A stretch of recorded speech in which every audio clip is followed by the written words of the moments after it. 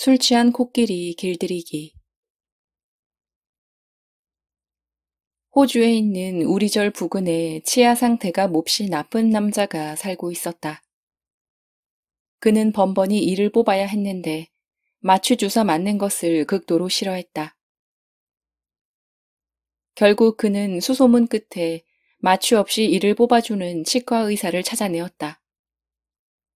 몇 차례 그 병원을 드나든 결과 그는 마취 없이 이를 뽑아도 아무 문제가 없다는 사실을 알게 되었다. 마취를 하지 않은 상태에서 치과 의사로 하여금 이를 뽑게 하는 것만으로도 신문에 날 일인데, 이 남자는 한술 더 떠서 아예 병원에도 가지 않고 혼자서 마취 없이 이를 잡아 뽑았다. 우리는 절의 작업장에서 빌린 펜치로 피 묻은 이를 뽑아 들고 서 있는 그의 모습을 목격하곤 했다. 나는 그에게 어떻게 그렇게 할 수 있느냐고 물었다. 그의 대답은 두려움이 왜 고통의 주요 원인인가를 잘 설명해준다. 이 하나를 뽑기 위해 치과에 가는 것은 여간 번거로운 일이 아니에요. 그런데 내 손으로 이를 뽑기로 마음먹었을 때는 아직 아프지 않아요. 펜치를 빌리려고 작업장으로 걸어갈 때도 아직 아프지 않아요. 펜치를 손에 집어 들었을 때도 아직 아프지 않아요. 펜치 끝으로 이를 잡았을 때도 아직 아픈 게 아니에요. 펜치를 꽉 움켜쥐고 힘껏 이를 뽑는 순간 아픔이 느껴지지만 그것도 몇 초일 뿐이에요. 일단 이를 뽑고 나면 그다지 아프지 않아요. 아픔이 느껴진다고 해도 단지 5초에 불과해요. 그것이 전부입니다. 이 실제 이야기를 읽으면서 당신은 아마 인상이 찌푸려졌을 것이다. 두려움 때문에 그 남자보다 더 아픔을 느꼈을지도 모른다. 당신이 똑같은 묘기에 도전한다면 아마도 작업장으로 가서 펜치를 집어들기도 전에 무시무시한 통증을 느낄 것이다. 아플 것이라는 예측. 다시 말해 두려움이 고통의 주된 원인인 것이다. 마음속 감독관을 내려놓는 일. 지금 이 순간에 더 충실하고 미래의 불확실성에 대해서는 존재를 열어놓는 일은 두려움의 감옥으로부터 우리를 해방시켜준다. 그때 본래부터 지니고 있는 지혜를 가지고 삶의 도전들에 반응할 수 있다. 나아가 많은 골치 아픈 상황으로부터 자유로울 수 있다.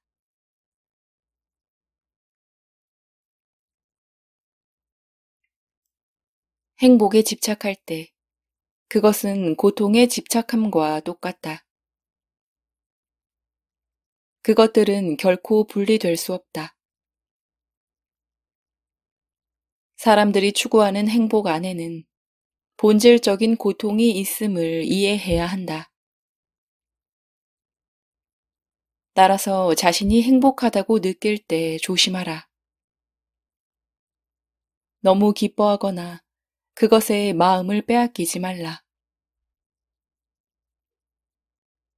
고통이 오더라도 실망하지 말라.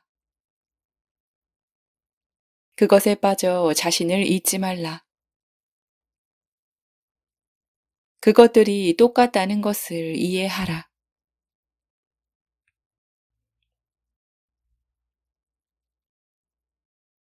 화를 내는 것은 영리한 반응이 아니다. 지혜로운 사람은 행복하며 행복한 사람은 화내지 않는다. 무엇보다 화를 내는 것은 비이성적인 일이다. 하루는 차를 타고 가다가 붉은 신호등에 걸려 멈춰서 있는데 바로 옆차의 운전자가 신호등을 향해 욕설을 퍼붓는 것이었다. 빌어먹을 신호등 같으니 난 지금 중요한 약속이 있어서 가고 있단 말이야. 벌써 약속 시간이 늦었어. 그런데 앞차들은 다 통과시켜주고 바로 내 앞에서 정지 신호로 바꾸다니. 이게 한두 번이라야 말이지. 남자는 마치 신호등이 의도적으로 그렇게 하기라도 한 양 비난을 퍼붓고 있었다. 신호등이 그를 골탕 먹이려고 이런 식으로 장난을 치고 있는 것처럼. 아하, 저기 그 친구가 오는군. 저 친구는 지금 약속 시간에 늦었어. 다른 차들은 통과시켜주고 저 친구 앞에서 붉은 신호로 바꿔야지. 정지! 좋았어. 잡았다. 교통신호등이 아기를 갖고 그렇게 하는 것처럼 보이지만 신호등은 어디까지나 한낱 기계에 불과할 뿐이다. 그것이 전부이다. 교통신호등으로부터 그 이상 무엇을 기대할 것인가? 그 남자가 집에 도착했을 때도 그의 아내가 그에게 비난을 퍼붓는 것을 쉽게 상상할 수 있다. 도대체 당신은 어째서 그 모양이에요? 중요한 약속이 있다는 걸 몰라요? 늦지 말아야 한다는 걸 알고 있잖아요. 당신은 정말 구제불능이야. 이게 한두 번이라야 말이지. 그녀는 마치 그가 일부러 그런 것처럼 나무란다. 남편이 의도적으로 자신에게 상처를 주고 있는 것처럼. 아하, 집사람과 약속이 있지? 늦게 가야겠어. 다른 사람을 먼저 만나고 가야지. 좋았어. 이참에 골탕 좀 먹여야지. 남편이 악의적으로 보일지 모르지만 그는 어디까지나 평범한 남편일 뿐이다. 그것이 전부이다. 그에게서 대체 무엇을 기대하는가? 사람들이 화를 내는 대부분의 경우가 이런 상황들과 별로 다르지 않다. 화를 내기 위해서는 먼저 그 화를 스스로 정당화시킬 수 있어야 한다. 그 화가 정당한 것이고 그럴 만한 의미가 있는 것이라고 스스로에게 확신시킬 수 있어야 한다. 이것은 화가 날 때 마음속에서 일종의 재판을 벌이는 것과 같다. 당신의 마음속에서 그 피고인은 재판정의 피고석에 서 있다. 당신이 검사이다. 당신은 그가 유죄라는 것을 알지만 공정을 기하기 위해 재판관인 당신의 양심에게 먼저 그것을 입증해야 한다. 당신은 그가 저지른 잘못들을 낱낱이 열거하기 시작한다. 피고의 행위 뒤에 감춰진 온갖 종류의 악의와 이중성, 잔인성을 주장한다. 그에게 인정을 베풀 가치가 없음을 자신의 양심에게 확신시키기 위해 당신은 그가 과거에 당신에게 저지른 많은 다른 잘못들을 들추어낸다. 실제로 법정에서는 피고 측 역시 발언권을 가진 변호사가 있다. 하지만 마음속 법정에서 당신은 줄곧 자신의 화를 정당화시키기에 바쁘다. 감상적인 변명이나 믿음이 안 가는 해명, 용서를 비는 구차한 간청 따위는 듣고 싶어 하지 않는다. 상대방 변호사에게는 발언권도 주지 않는다. 일방적인 논쟁을 통해 당신은 유죄를 확정한다. 그것으로 충분하다. 양심은 망치로 내려치면서 유죄를 선언한다. 이제 당신은 그에게 화를 내는 것이 정당하다고 느낀다. 오래전 나는 화가 날 때마다 마음속에서 그 과정을 거쳤다. 그것은 너무도 불공정해 보였다. 그래서 다음번에 누군가에게 화가 났을 때 잠시 멈추고 상대방 변호사에게 말할 기회를 주었다. 그의 행동에 대한 타당한 변명과 이유 있는 해명을 떠올렸다. 그리고 용서의 미덕에 의미를 주었다. 나는 양심이 더 이상 유죄 판결을 내릴 수 없음을 깨달았다. 다른 사람의 행동을 심판하는 것이 불가능해졌다. 화는 정당성을 잃고 더 이상 음식을 공급해 주지 않자 죽어버렸다. 화를 내는 대부분의 경우는 기대가 무너진 데서 촉발된다. 우리는 때로 어떤 일에 너무 많이 집착하기 때문에 원하는 결과가 찾아오지 않으면 화를 낸다. 모든 원하는 결과는 미래에 대한 기대이며 예측이다. 지금쯤 우리는 미래가 불확실하며 예측 불가능하다는 사실을 깨달았을 것이다. 미래에 대한 기대, 다시 말해 자신이 원하는 결과에 너무 의존하는 것은 많은 문제를 불러온다.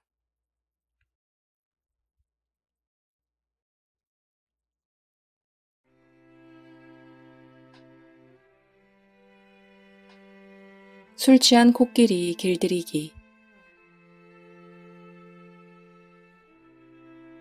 호주에 있는 우리절 부근에 치아 상태가 몹시 나쁜 남자가 살고 있었다. 그는 번번이 이를 뽑아야 했는데 마취 주사 맞는 것을 극도로 싫어했다. 결국 그는 수소문 끝에 마취 없이 이를 뽑아주는 치과 의사를 찾아내었다. 몇 차례 그 병원을 드나든 결과 그는 마취 없이 이를 뽑아도 아무 문제가 없다는 사실을 알게 되었다. 마취를 하지 않은 상태에서 치과 의사로 하여금 이를 뽑게 하는 것만으로도 신문에 날 일인데 이 남자는 한술 더 떠서 아예 병원에도 가지 않고 혼자서 마취 없이 이를 잡아 뽑았다.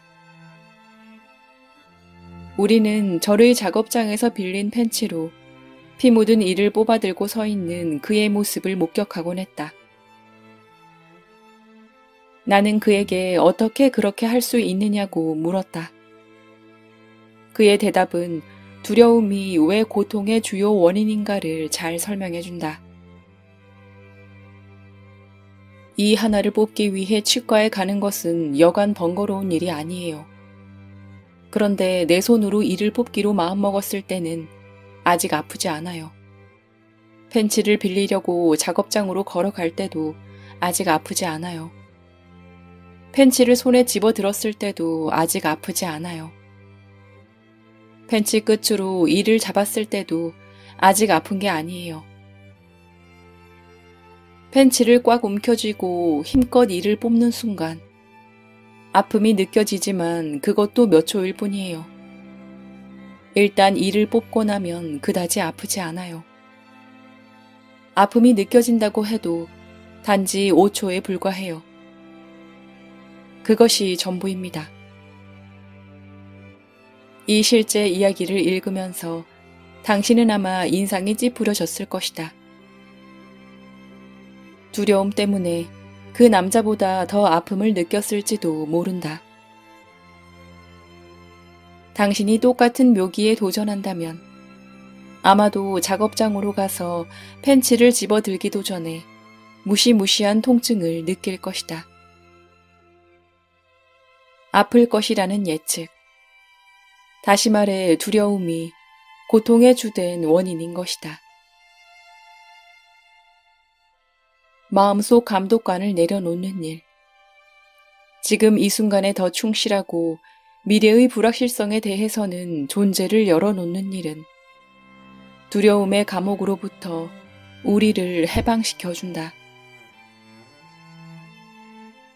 그때 본래부터 지니고 있는 지혜를 가지고 삶의 도전들에 반응할 수 있다.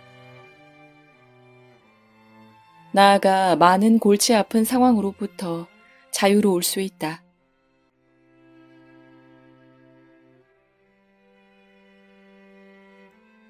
행복에 집착할 때 그것은 고통에 집착함과 똑같다.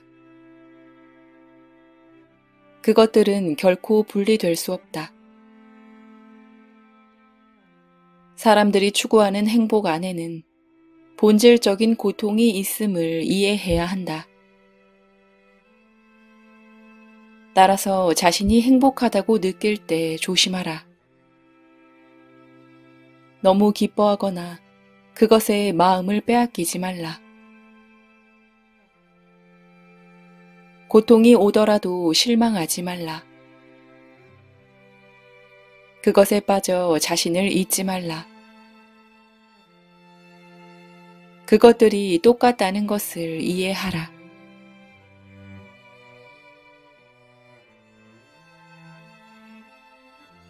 화를 내는 것은 영리한 반응이 아니다.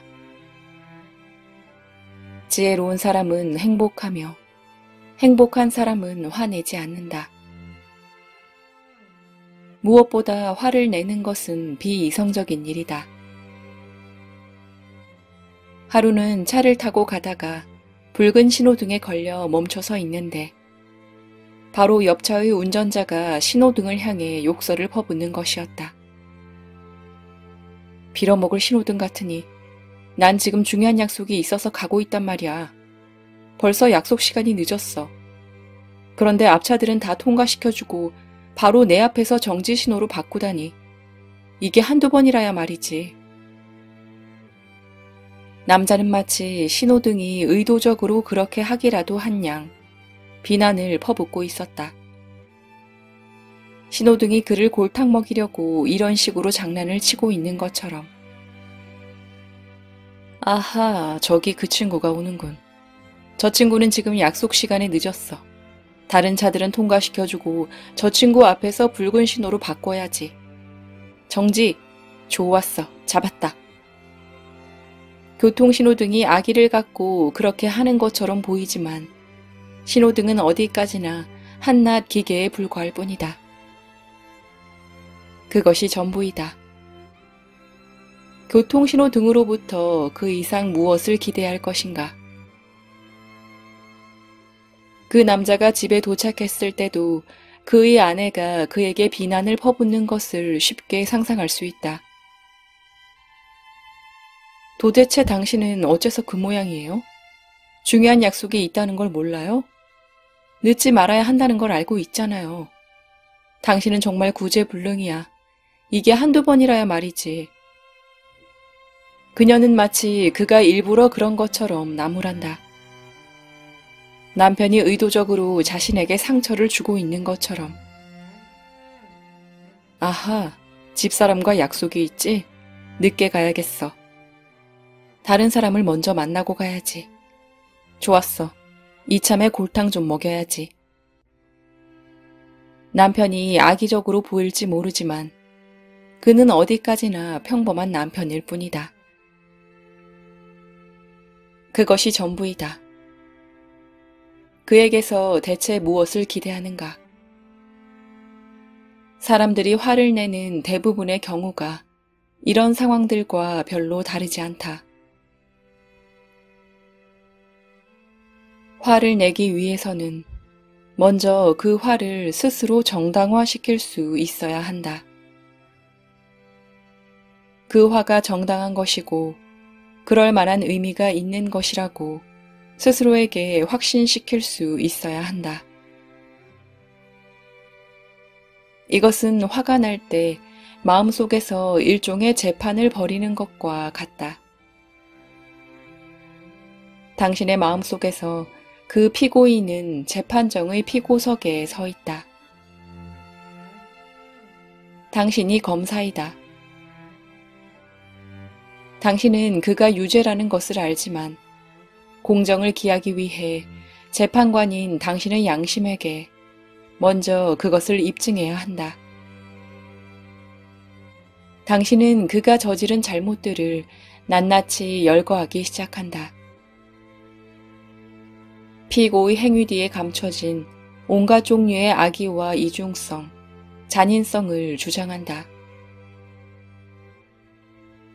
그에게 인정을 베풀 가치가 없음을 자신의 양심에게 확신시키기 위해 당신은 그가 과거에 당신에게 저지른 많은 다른 잘못들을 들추어낸다. 실제로 법정에서는 피고 측 역시 발언권을 가진 변호사가 있다. 하지만 마음속 법정에서 당신은 줄곧 자신의 화를 정당화시키기에 바쁘다. 감상적인 변명이나 믿음이 안 가는 해명, 용서를 비는 구차한 간청 따위는 듣고 싶어 하지 않는다. 상대방 변호사에게는 발언권도 주지 않는다. 일방적인 논쟁을 통해 당신은 유죄를 확정한다. 그것으로 충분하다. 양심은 망치로 내려치면서 유죄를 선언한다.